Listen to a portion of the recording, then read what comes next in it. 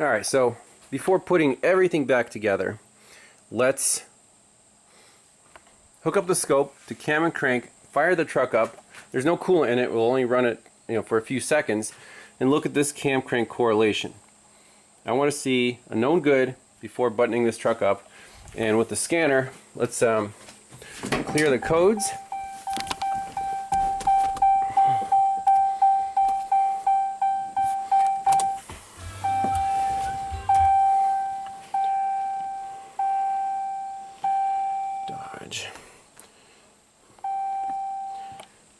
Once we clear the codes out, that code used to set right away. I mean, instantly it does that check cam crank correlation.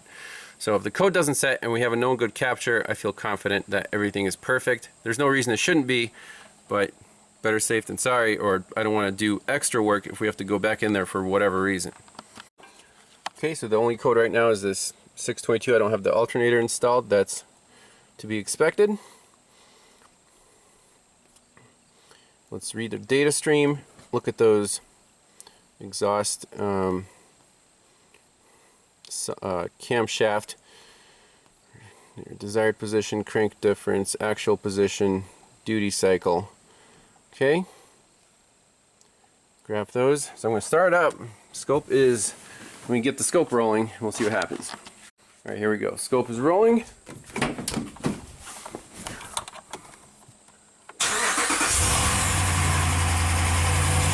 Sounds healthy.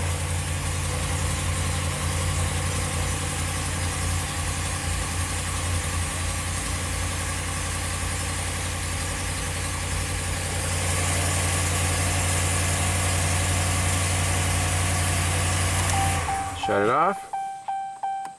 Turn the key back on. We'll need to do a cam crank relearn, obviously. And read fault code. That's it, just generator codes. Awesome, I think we're in good shape. Okay, so looking at the data, we can already see this cam is now, instead of being advanced, it's, that falling edge of the second pulse is somewhere in the middle of this so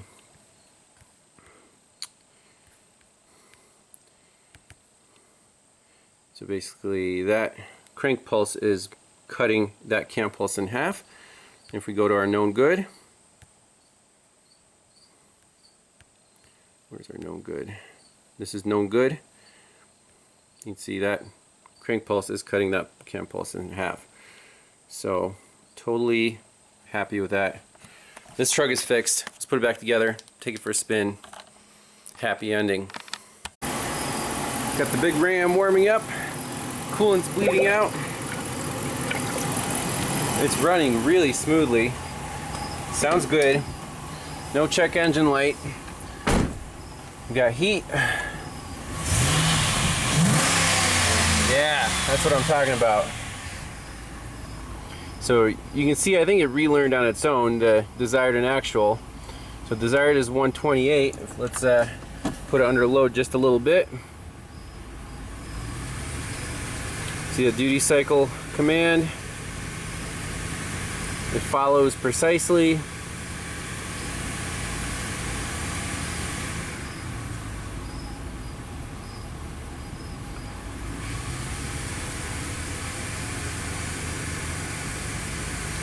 You can see minus 37 degrees, I think, is the limit of retarding this cam, and by default it should be a 0. And we saw before on scan data that this data pit was 14. So just for reference, if your duty cycle is 0 and that camshaft is locked in its home position, this cam crank difference should be 0 degrees.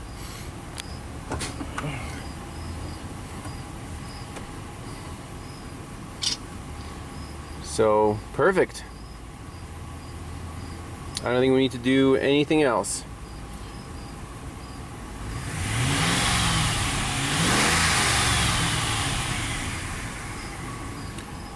Just read codes. No code stored. And we can try the cam crank relearn, but it does it on its own.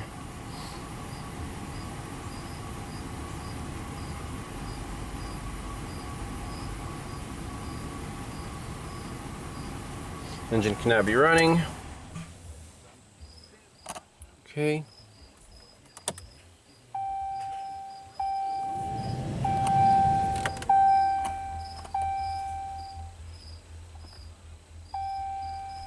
Engine must be running. Start engine. Fires right up. Okay. Cam crank relearn in progress, and let's see if this... That's it. That's how it's supposed to go. Amazing.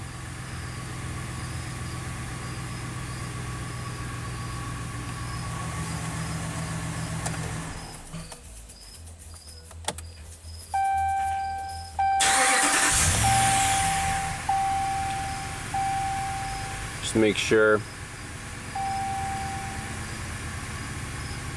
Exhaust. Recycle.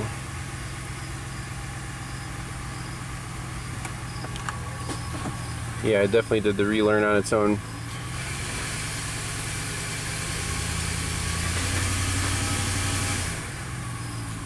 Huh, now it's not advancing here.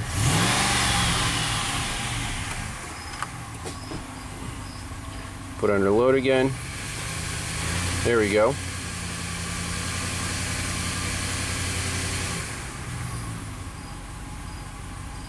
Perfect. Let's take it for a spin. This truck's ready to get back on the road. All right. See how this thing rips. Oh, it's got some horses now.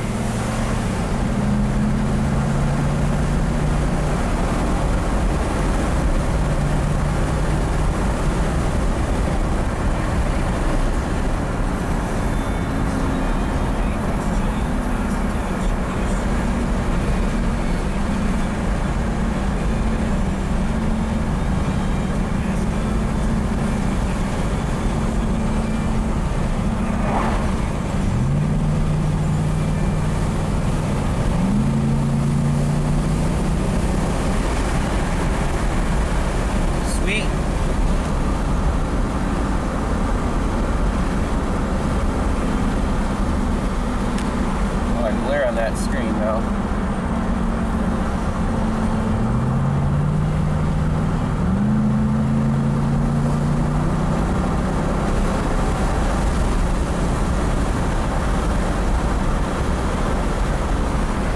Alright, that's it for bonus footage. Thanks a lot for watching. We'll see you next time. Bye-bye. So I'm cruising around the block here. I noticed in top gear it's shaking pretty badly. Now you downshift it. Is it a misfire?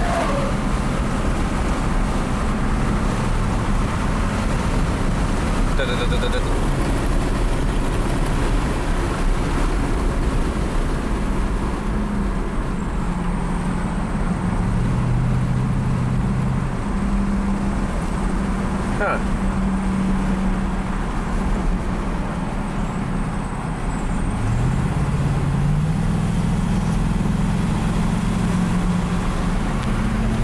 Misfire. It's definitely a misfire. Let's check the scanner. Oh no. Cylinder 6 reactivation performance. Crap.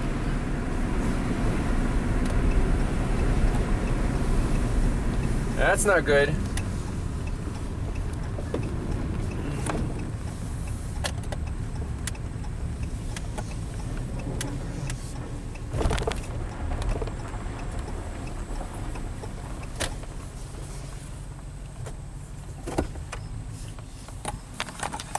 The truck is shaking right now.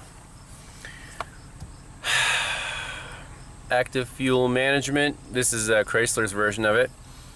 It's all junk. We just fixed the timing chain, tensioner, the guide. Truck ran absolutely perfect until this system decided to deactivate some cylinders. So keep in mind, this guy was driving around in this limp home mode for like a year. So it did not deactivate any of the cylinders for a year. And now that it's happy with the timing, they're like, okay, now we can deactivate some cylinders. Well, that solenoid or whatever or lifter is probably now collapsed. How do you return a truck to the customer this way? I don't know. Pay for part 1 and then we'll go for part 2. Does that mean we have to tear the head off, perhaps? This is honestly ridiculous, but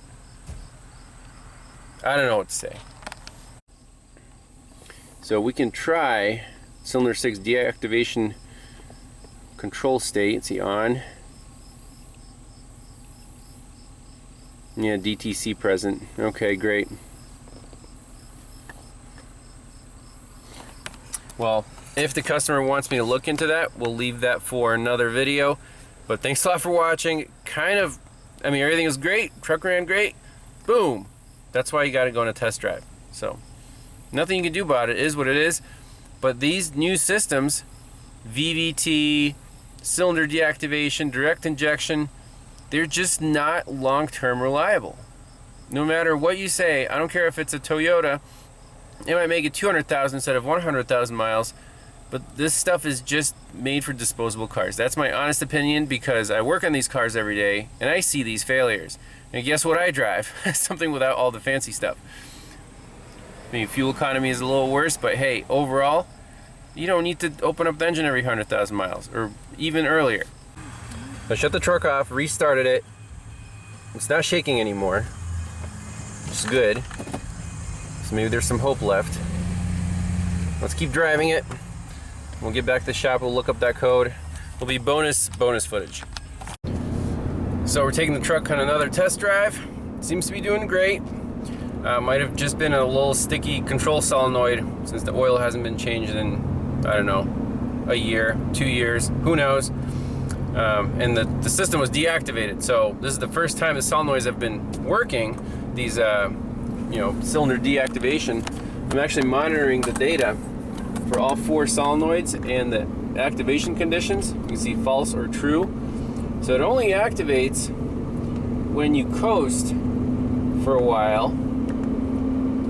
So I'm coasting and true, and then under very late throttle it stays true until you basically give it like more than 20% throttle, and then it goes to false. Now you're in 8-cylinder mode. So I've gone through several cycles, as you can see. Everything's fine, everything's smooth. So we're gonna give this truck back to the owner and tell him, drive it. By the way, one more thing. Some people will say, since that guide, the chain guide, got destroyed, where are the pieces? Would it be wise to pull the oil pan off and see if they're stuck in the filter screen or whatever? Well, yeah, if you have the time to do it and the customer wants it done, go ahead. In this case, I'm just going to monitor the oil pressure, make sure if the oil pressure is good, then this truck is fine. I mean, there might be some chunks in the pan, they're not bothering anyone. So oil pressure right now is 38 psi at idle. That's great.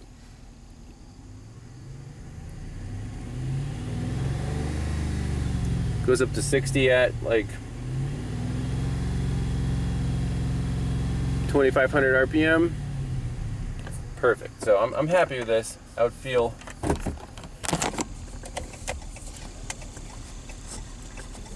Hey, Harry.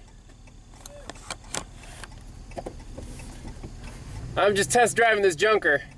What's that? I said I'm just test driving this junker. Oh, I was just stopping to get my mail. Oh, okay. A little more thunder on the way? Well, according to the radar, it looks like we're going to get some rain. Is that the right time for it?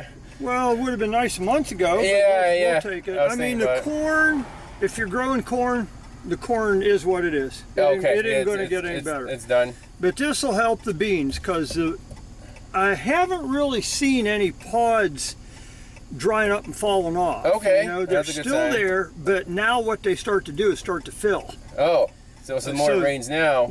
Rain now will help the soybeans. Okay, yes. okay. And since I have all soybeans, nice. nice. Nice. That's awesome. Yep. Yeah, this truck's been at my shop a little too long. Finally got it buttoned up today. Oh, okay. It had no balls, no power.